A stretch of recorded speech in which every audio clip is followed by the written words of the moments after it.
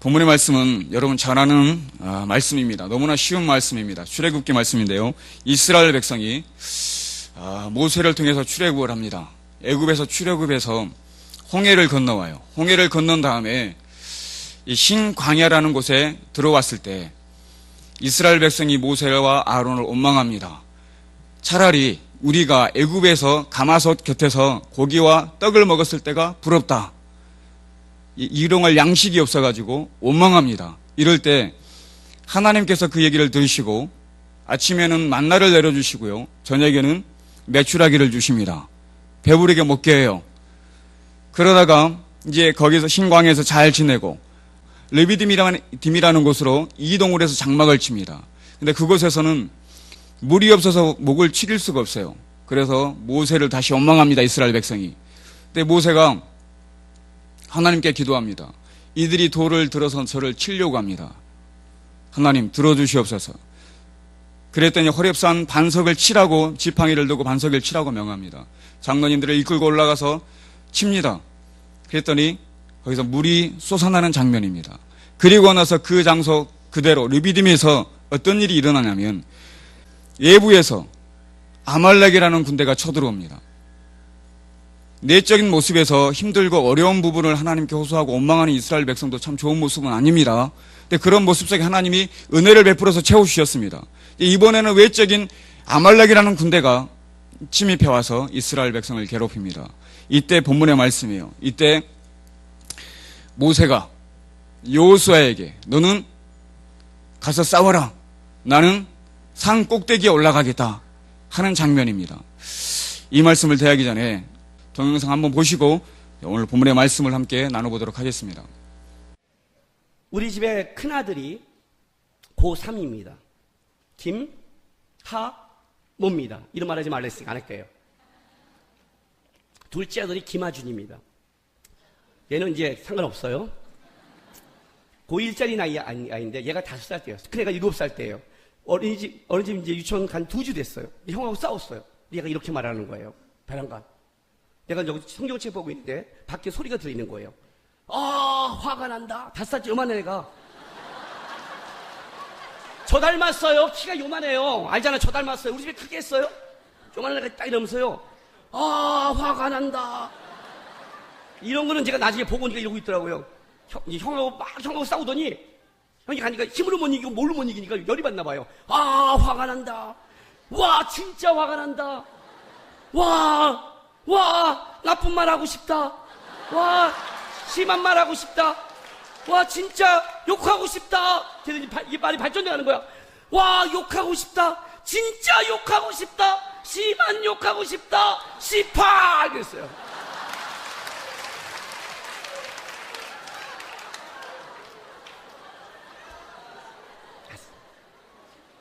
공부하는데 와, 화가 난다. 나 욕하고 싶다. 심한 거 진짜 심한 거 저게 뭐라고 있나. 내가 막 그러는 거예요.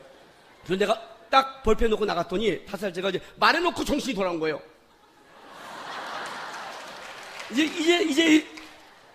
이제 뭐예요? 재판만 남았잖아요. 들어와 그랬어. 들어와. 아니, 어디서 배웠을까요? 이야, 놀랍죠? 5년을 맨날 기도와 말씀과 경건으로 키웠는데 우리 집은 TV를 없앴어요. 어렸을 때 얘들 때요. TV를 안 보겠다고요. TV가 없는 집안이에요. 밤마다 내가 기도해줬어요. 아빠가 성경을 연구해요. 5년을 보고 가더니 2주 만에 배우고 온 거예요. 이렇게 해야 되지 않을까요? 와, 화가 난다. 와, 화가 난다. 진짜 화가 난다. 그러나 용서하고 싶다. 아멘. 이래야 되지 않아? 죄송합니다. 심한 말이 나와서 죄송합니다. 그 부분을 좀 이렇게 숨기려고 했는데 그러면 좀 어색할 것 같아서 그냥 그대로 그냥 살렸습니다. 제가 드리고 싶은 얘기는 5년을 기도하면서요. 말씀 연구하면서 말씀을 먹이면서 키웠습니다. 5년을요. 근데 2주 만에 어린이집 간 지 2주 만에 욕을 배워서 온 아이가 마음이 아파서 아버지가 고백하는 장면입니다. 제가 그런 생각을 해봤습니다. 저와 여러분은 어떤지 10년을 20년을 하나님 말씀을 여러분 드셨습니다. 좀 다른 삶을 살아야 되는데 이 어린 아이처럼 세상에 나가서 얼마 안 돼서 그냥 다 까먹어버리고 잊어버리고 넘어지고 자빠지진 않는지 이 시간만 한 번쯤 생각해 보자는 것입니다. 어떻게 하면 세상에 나가서도 이길 수 있을까? 어떻게 하면 세상에 나가서도 지지 않고 하나님 말씀을 생각하고 그 말씀대로 살아가면서 영적으로 이기는 삶을 살 수 있을까? 하는 이 본문의 말씀을 한번 느껴보자는 것입니다. 한번 은혜를 받아보자는 것입니다. 지금 본문의 말씀이 여러분이 세상에 나가서 세상에 많은 어려움들이 있습니다. 여러분 유혹하는 거 힘들게 하는 것들 너무나 많아요. 그 세상을 여러분들이 어떤 여러분의 개인적인 힘으로 바꿔봐야겠다. 세상을 한번 올바르게 바꿔봐야겠다. 세상 바뀌지 않습니다. 주님은 예언하셨어요. 세상은 악해진다. 그래서 멸망할 것이다. 여러분들이 아무리 애를 쓰고 노력해도 세상은 바뀌지 않습니다. 그렇다면 한 가지가 있어요. 나는 세상에 물들지 말아야겠다. 나는 세상에 물들지 않고 세상을 이기는 사람이 돼야겠다 하는 것입니다. 여러분들이 바꿀 수는 없어요. 하지만 세상 사람과 똑같이 거기에 물들어서 넘어지고 자빠지고 세상 사람처럼 살아가는 모습은 좀 보이지 말자. 영적으로 주님처럼 이기며 살자는 것입니다. 그렇게 사는 법이 뭘까? 본문의 말씀 보면 모세가 여호수아에게 너는 현장에 가서 싸워라. 싸움터에 가서 싸워라. 나는 산꼭대기에 올라가서 기도하겠다 하고 얘기했어요. 안 믿는 사람들이 이 얘기를 들을 때는 모세를 그렇게 썩 좋게 여기지 않을 겁니다. 진정한 리더자라면 앞장서서 나를 따르라 하고 싸워야 되잖아요. 근데 하나님을 믿는다고 산에 올라가서 기도한다고 그러고 자기 부하는 자기 아랫사람은 현장에 보내서 싸우게 만들고 안 믿는 사람은 그 모습을 썩 그렇게 좋아하지 않을 것입니다. 하지만 믿는 저와 여러분들은 그 모습이 얼마나 중요한 모습인지 이 긴 말씀을 통해서 알고 있습니다. 결국에 모세가 손을 들어 기도했기 때문에 그 전쟁에서 이길 수 있었습니다. 이 말씀의 결론이 그래요. 모세가 손을 들어 기도했기 때문에 이겼더라 그랬어요. 제가 이 말씀을 통해서 여러분에게 드리고 싶은 얘기가 저와 여러분들 삶 통해서 저와 여러분들의 세상 살아가서 사는 삶이 두 가지 전쟁이 있습니다. 하나는 여러분 현장에서 세상에 나가서 돈을 벌든 공부를 하는 학생이든 자녀를 키우는 자녀와 씨름하든 남편과 아내가 씨름하든 어쩌든 현장에서 싸우는 싸움이 있습니다. 삶에서. 또 한 가지는 산꼭대기에 올라가 두 손을 들고 기도하는 영적인 싸움이 있습니다. 여러분 삶이 다 그래요. 삶이 두 가지예요. 한 가지 싸움은 여러분이 세상 나가 싸워야 되는 현장에서 싸우는 싸움과 또 한 가지는 영적인 싸움. 산꼭대기에 올라가 두 손 들고 싸우는 영적인 싸움입니다. 오늘 본문의 말씀의 결론을 얘기했던 것처럼 어느 싸움이 더 중요해요? 어느 싸움이 더 중요해요? 영적인 싸움이 더 중요합니다. 모세가 이상하게 손을 들 때는 여호수아가 이겼어요. 이스라엘이 이겼어요. 이상하게 손이 내려오니까 이스라엘이 졌어요. 이 얘기는 기도하는 손이 영적인 싸움에서 승리할 때 현장에서 싸우는 싸움이 이긴다는 것입니다. 그럼 여러분들도 현장에서 힘듭니다. 어려운 것들이 있습니다. 문제가 있습니다. 고민이 있습니다. 아파하는 게 있습니다. 괴로워하는 것들이 있다고요. 근데 그 모든 것을 이기려면 나의 영적인 싸움은 내가 지금 이기고 있는지 아니면 지금 지고 있는지를 먼저 생각할 줄 아는 여러분들이 돼야 된다는 것입니다. 그래서 세상에 나가서 싸우는 싸움은 여러분 영적인 싸움을 잘할 때 영적인 싸움이라는 것은 산 꼭대기에 올라가서 두 손 들고 기도하는 싸움입니다. 하나님을 잘 믿는 싸움입니다. 예배에 나와서 오늘처럼 하나님 앞에 예배하는 모습의 영적인 싸움에서 승리해야 된다는 것입니다. 이 영적인 싸움을 제대로 못하면서 나가서 내가 싸워서 이겨서 하나님께 영광 돌려야지. 이건 뭔가 잘못된 모습입니다.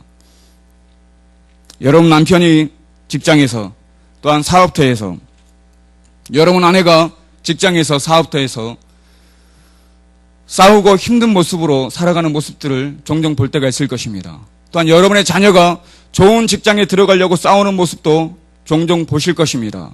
좋은 대학에 들어가려고 공부하며 싸우는 모습도 보실 겁니다. 그들의 모습에서 싸움에서 이기게 하려면 여러분들은 산 꼭대기에 올라가서 두 손 들고 영적인 싸움에서 승리하는 모습을 보여야 그 모든 싸움에서 이기는 하나님의 사람이 될 줄로 믿습니다. 이처럼 저와 여러분들에게는 너무나 중요한 싸움이 있습니다. 오늘처럼 예배에 나와서 내가 왜 예배에 나와 있는지, 내가 왜 기도를 해야 되는 건지, 내가 왜 새벽 제단을 쌓고 내가 왜 수요일날 예배를 드려도 금요일날 내가 왜 기도를 해야 되고 내가 주일날 왜 교회에 나와서 기도를 하고 예배를 드려야 되는지를 분명히 아셔야 됩니다. 그 영적인 싸움에서 이겼을 때만이 여러분의 삶에서 문제들이 해결되는 것이고 여러분 삶에서 싸워지는 모든 싸움에서 이기는 가장 큰 방법이 비결인 줄로 믿습니다. 제 말이 아니라 본문이 그렇게 나와 있어요. 본문 말씀이. 모세가 손을 드니까 이겼잖아요. 손이 내려오니까 졌다고요. 이것처럼 여러분의 모든 문제를 여러분 스스로가 내가 해결해 봐야지 하는 모습으로 끌어안고 있다면 그건 영원한 숙제가 됩니다. 하지만 그 모든 문제를 하나님께 올려드리면 너무나 쉽게 하나님이 해결해 주실 줄로 믿습니다. 그래서 하나님을 의지하는 것입니다. 하나님을 믿는 것입니다. 하나님을 바라보는 것입니다. 계란을 여러분 손에 쥐고 있다고 해서 계란이 병아리가 되는 건 아니잖아요. 그 계란을 어미 닭 품속에 넣어놓으면 얼마 지나면 나는 아무것도 안 했는데 병아리가 돼서 나와 있습니다. 이것처럼 내가 뭔가 해보려고 애쓰고 수고하는 것도 좋지만 그것보다 더 중요한 것은 하나님이 하시는 것을 믿고 순종하고 따르고 주를 바라보고 주를 의지하고 주를 바라보는 시선을 놓지 않은 그 모습이 너무나 중요하다는 것입니다. 그런 모습으로 하나님 보셔야 될 줄로 믿습니다. 제가 신학교 때 읽었던 책이 있습니다. 에릭 프롬이라는 심리학자이기도 하고 철학자이기도 합니다. 근데 이 심리학자이고 철학자인데 소유냐 존재냐 하는 책을 썼습니다. 소유냐 존재냐. 그 책의 내용은 간단합니다. 인간에게는 두 가지 유형이 있다. 한 가지는 소유하려고 살아가는 인간이 있다. 뭐든지 자기 걸로 만들어서 욕심을 채우고 소유하려고 살아가는 인간. 또 한 가지는 내가 왜 존재하느냐, 내가 왜 살아가느냐, 내가 무엇 때문에 사느냐, 어떤 목적을 가지고 사느냐 생각하는 인간이 있다. 두 가지 얘기를 냈습니다. 여러분들은 어떤 유형의 인간인지 하나님의 사람인지 한번 좀 생각해 봤으면 좋겠습니다. 조금 더 쉽게 제가 이해를 시켜주기 위해서 욥을 제가 비유로 말씀을 드리겠습니다. 여러분 잘 아는 욥은 그가 당대의 부자였더라. 그리고 의인이었더라. 하나님께 칭찬을 들었습니다. 큰 부자였어요. 근데 사탄이 하나님께 그렇습니다.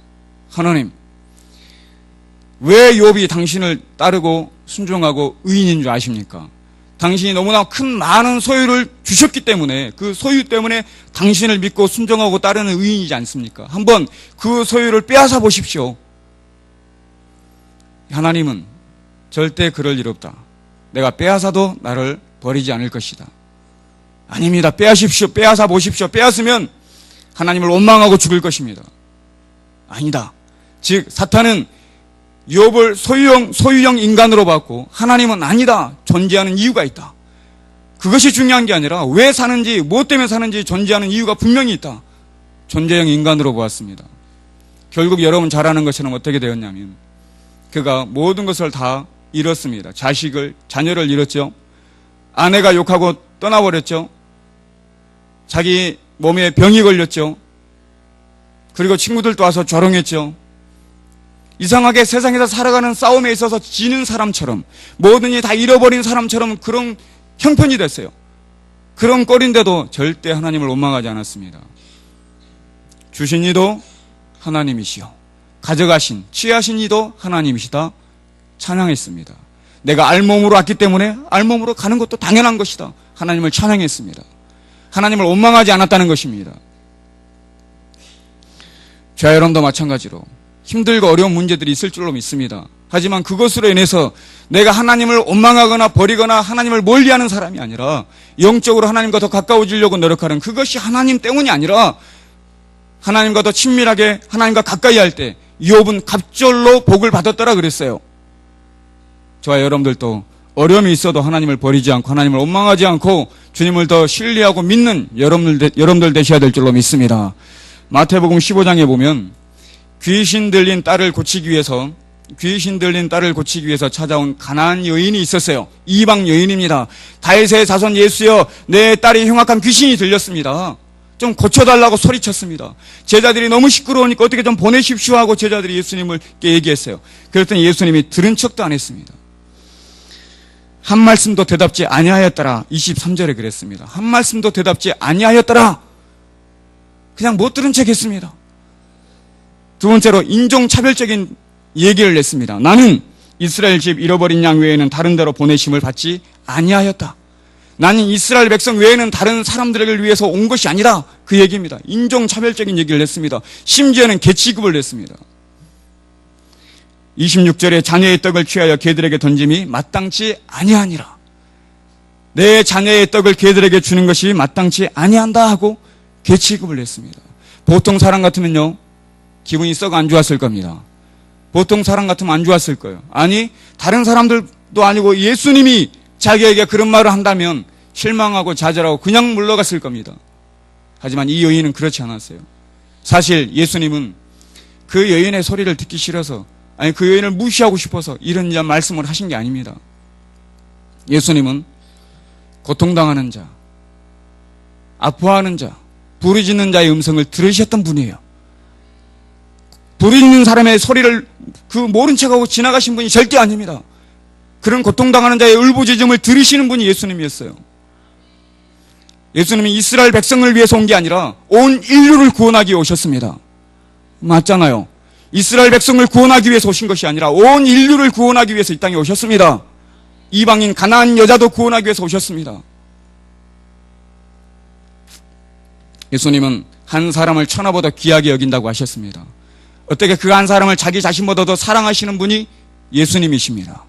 근데 어찌 그 여인을 모른 척하고 심한 말을 하면서 진짜 개취급하면서 그게 진심이었을까요? 저는 그렇게 생각지 않습니다. 진심이 아니었습니다. 그럼 왜 그랬을까? 한 가지 이유가 있습니다. 그 여인의 믿음을 한번 흔들어 보려고. 그 여인의 믿음을 한번 흔들어 보려고. 믿음이 어떠한지 한번 흔들어 보려고.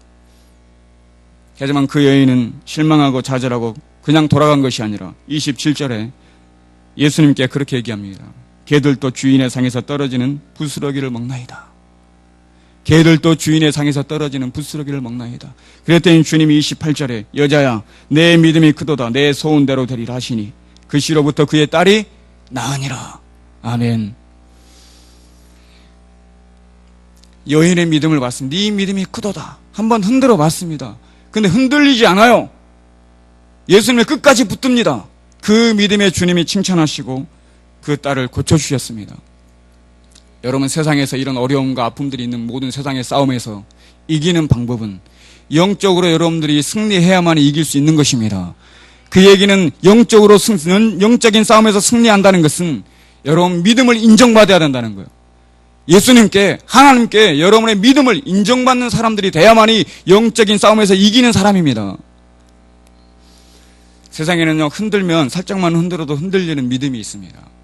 하지만 아무리 강하게 흔들어도 흔들리지 아니하는 믿음이 있습니다. 여러분들은 쉽게 흔들리는 믿음인지 아니면 절대 흔들리지 아니하는 믿음인지 한 번쯤 돌아보시고, 내가 영적인 싸움에서 어떤 문제와 괴로움과 아픔과 힘듦이 있을지라도 하나님을 바라보는 시선을 놓치지 않고 주를 끝까지 바라보고 주를 의지하는 믿음으로 승리하는 여러분들 되시기를 주의 이름으로 부탁을 드립니다. 이것이 저와 여러분들이 조금 힘든 문제가 있을지라도, 어려운 것들이 있을지라도, 현장에 내 자녀가 있고 현장에 내 남편이 있고 내 아내가 있고 어떤 문제로 괴로워하고 힘들어 아파서 세상과 싸우고 있는 그 많은 문제들이 있을 것입니다. 그 문제들을 바라봤을 때 그냥 가만히 지켜만 보지 마시고 산 꼭대기에 올라가서 두 손 들고 기도하는, 하나님께 예배하는 믿음의 승리자가 되시는 여러분들 되셔야 될 줄로 믿습니다.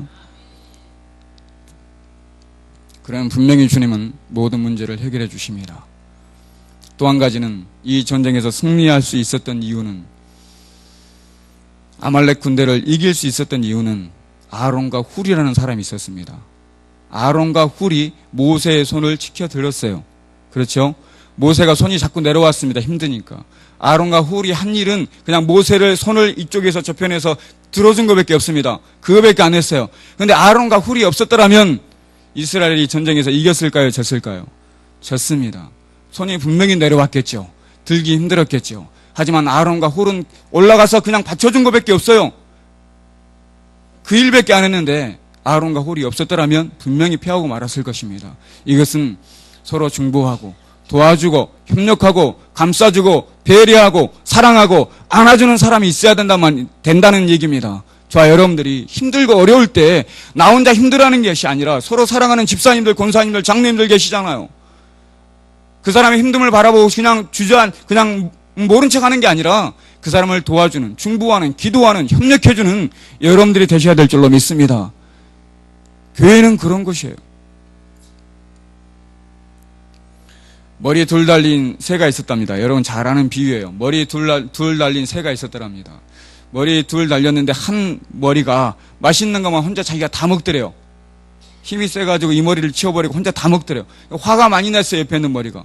화가 많이 나가지고 괘씸해서 이 머리를 죽여버리고 싶어가지고 독이 든 열매를 따먹었답니다. 어떻게 됐을까요? 둘 다 죽었겠죠. 둘 다 죽었습니다. 제가 예전에 학교 다닐 때 너무나 그 글귀가 좋아가지고 다이어리에다 쓰고 다니던 글귀가 있어요. 어떤 얘기냐면 뱀이 길을 가는데 말벌 하나가 머리 위에서 윙윙거리더래요. 뱀이 길을 가는데 말벌 하나가 머리 위에서 윙윙거리니까 귀찮으니까 머리를 막 흔들었대요. 근데 뱀이 막 머리를 흔드니까 말벌이 도망가야 되는데 안 도망가고 잠깐 피했다가 다시 와서 윙윙대요. 뱀이 많이 짜증났을 거 아니에요.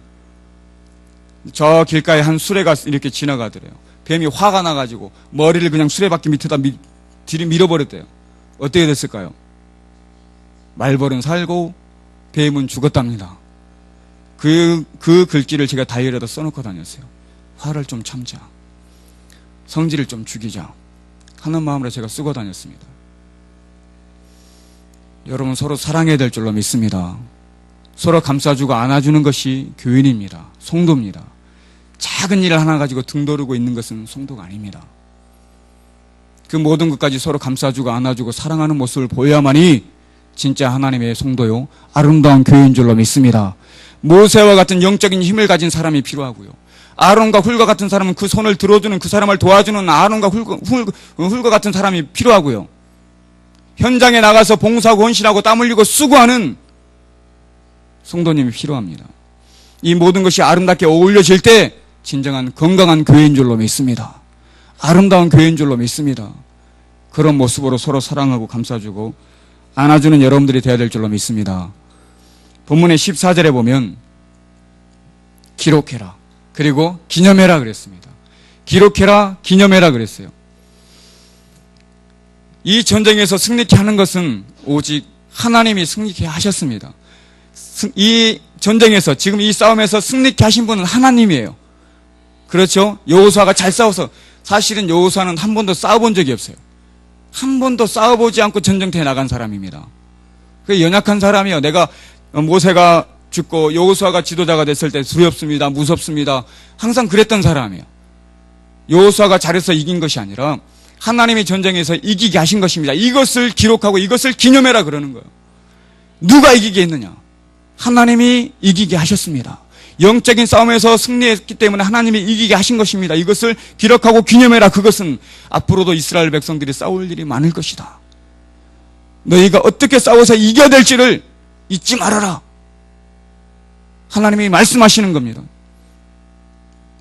가나안 땅에 들어갔을 때 여리고성이 있잖아요. 어떻게 이겼나요? 칼들과 가서 싸워서 이겼나요? 그렇지 않습니다. 하나님 말씀 듣고 돌아왔더니 그냥 무너졌습니다. 하나님 나를 의지해라. 잊지 말아라. 이 전쟁을 누가 이기게 했는지 잊지 말아라. 저와 여러분 마찬가지입니다. 여러분의 싸움을 누가 이기게 하시는지, 누가 승리케 하시는지를 잊지 말라는 얘기예요. 여러분의 힘으로 하는 것이 아니라, 내 머리, 내 힘, 내 기술로 하는 것이 아니라 하나님을 의지하는 영적인 싸움에서 이겼을 때 여러분 시선을 하나님의 바라보는 시선을 놓치지 않고 하나님을 의지할 때 하나님이 여러분들을 이기게 하신 줄로 믿습니다. 이걸 잊지 말아라 하시는 말씀입니다. 내가 주인 삼은 모든 건 내려놓고 내 주 대신 주 앞에 나가 내가 살아